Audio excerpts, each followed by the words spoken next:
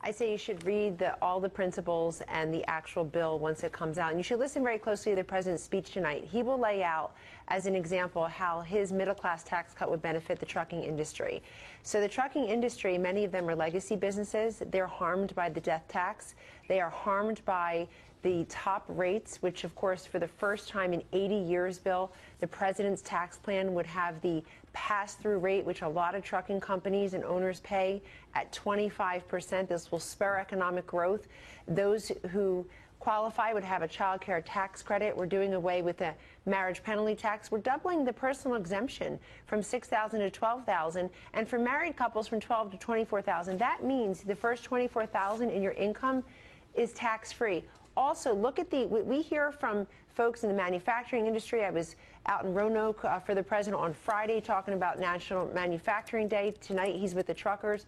What we hear from all of them is that this immediate expensing for 5 years is a great feature of the tax plan for them, because that is part of the economic growth and the pay raise that they can pass on to their workers.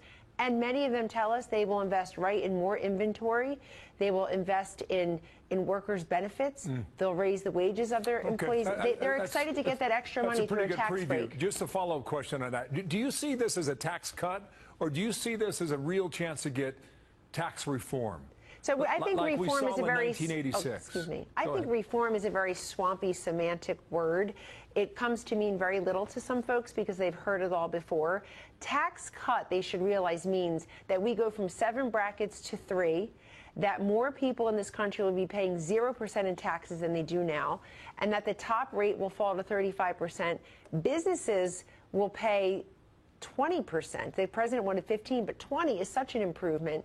And so it's a major tax cut, and it's also tax overhaul. That's the simplification part. All right. 91% of Americans, have to, we need a simpler, fairer system that doesn't benefit the wealthy as it does now, because they can hire the accountants and the attorneys to help them navigate the code. I just want to motor through a few more topics here. These are all important. An executive order on health care. When will that come out and be made public? Well, that could come soon. I won't get ahead of the president on that, but you could expect that perhaps soon. And really, the genesis here is the very popular feature of being able to purchase your health insurance across state lines. We know this is a very important feature to Americans. That first House bill had it in phase 3 because we know how popular it is. You know, Bill, many Americans say, what do you mean I can't buy health insurance across state lines the way I buy car insurance and so many other products and services in our very mobile economy? So it makes sense to them. And look at how many insurers have fled the exchanges, the Obamacare exchanges, because they simply can't afford to do business. Well, with that order, many shall do that. I mean, that's a real possibility. Well, the probability, though, is that you as the consumer are able to have more choices in the marketplace, which, of course, is what we were promised. That's one of the many failings of Obamacare. It's why 29 million Americans, by some estimates, don't have health insurance now. It's why premiums have doubled everywhere on average. In a place like Alaska, they're up by more than 200%. Okay, yeah, so I understand. This is a president who's not giving up on health care reform, too. I want to make that clear. Legislature has failed. He'll step in. Does it come this week, yes or no? It could. It's possible. How would you describe his relationship with Rex Tillerson? It's been characterized so many ways. What's the truth? The truth is that he has confidence in his Secretary of State and his entire cabinet. They met yesterday for lunch, and they are in touch very closely, as you can imagine, as any president and Secretary of State are. The president has made very clear the way he feels about his cabinet. This is a hand-picked cabinet. But the president is also the ultimate decision maker here. He and Vice President Pence were the 2 people in this administration that were elected to anything. And I think people, all of us in the West Wing and throughout the administration, ought to realize that every single day, that there are 2 people who are elected to anything. And he is the ultimate decision maker here. You've seen firsthand, Bill, because it's been a very public process, that this president said he would consult with his generals. That extends to his whole foreign policy, national security team. It's how he came up with his new Afghanistan plan. It's how he's making his decisions on North Korea, where you've got 15-0, 2 votes in the UN Security Council who agreed with President Trump's sanctioning North Korea. He's bringing ISIS to heel. So the relationship, so there are so many things happening. Yeah, he's there. He's in the cabinet. Then. Right. The relationship is, listen, the man is Secretary of State. He also met with former Secretary of State Henry Kissinger yesterday. He takes lots of inputs.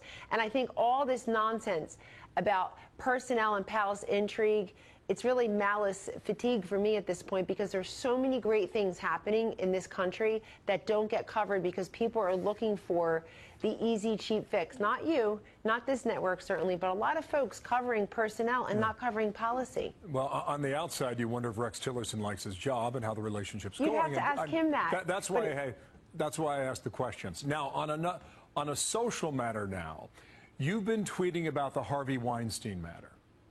And you sent this out yesterday. You said it took Hillary about 5 minutes to blame the NRA for a madman's rampage, but 5 days to sort of kind of blame Harvey Weinstein for his sexual assaults. That was from yesterday. She did have she had a statement. I want to read it for our viewers. Here it is. Yeah. I was shocked and appalled by the revelations about Harvey Weinstein. The behavior described by women coming forward cannot be tolerated. Their courage and the support of others is critical in helping us stop this kind of behavior. Yes, it took 5 days, and clearly you had an issue with that. I did, and I tweet very sparingly, yet strategically. I'm always amazed how easily baited some people are, but we'll talk about that in future years. On this, I felt like a woman who ran to be Commander-in-Chief and President of the United States, the first one ever, who talks about women's empowerment, took an awfully long time to give support to those women who were coming forward, and has still, as far as we know, Bill, kept the money. Kept the dirty money that Dirty Harvey has given her in her campaign. Even her running mate yesterday, Tim Kaine, was asked about this. And you had people like her former campaign manager from her first failed campaign, not the second failed campaign, Patty Solis Doyle, coming forward and giving a very strong statement. As I recall, Ms. Doyle even said some people should go to jail over this. You'd have to go look at her statement. I'm really happy and heartened and frankly proud of many Democrats across the aisle, and a lot of people in the mainstream media or otherwise are very anti-Trump, coming forward about this. He's given his donations to a charity well, but she ought to do that too. And she gave a lot of money. Here's the direct question. Please. If she gives the money back, does that make it better for you? No, first of all, she doesn't need to mollify me. She needs to not be a hypocrite about women's empowerment and what it means to be pro-woman. She spent one solid month this time last year talking about an audio tape from 11 years earlier where a statement was made by the now President of the United States, who was victorious, and she didn't talk to the forgotten man or forgotten woman. She had no economic optimistic plan. Okay. And what has she done privately in her private life? She's on a book tour talking about herself in a campaign she lost. She's not talking about women's empowerment. She's not trying to help victims of sexual assault. I welcome that. She can call me in the White House today. She knows the number. She was the First Lady for 8 years. And work in a bipartisan fashion on sexual assault. I welcome that. We don't hear that from her. Kellyanne Conway, thank you for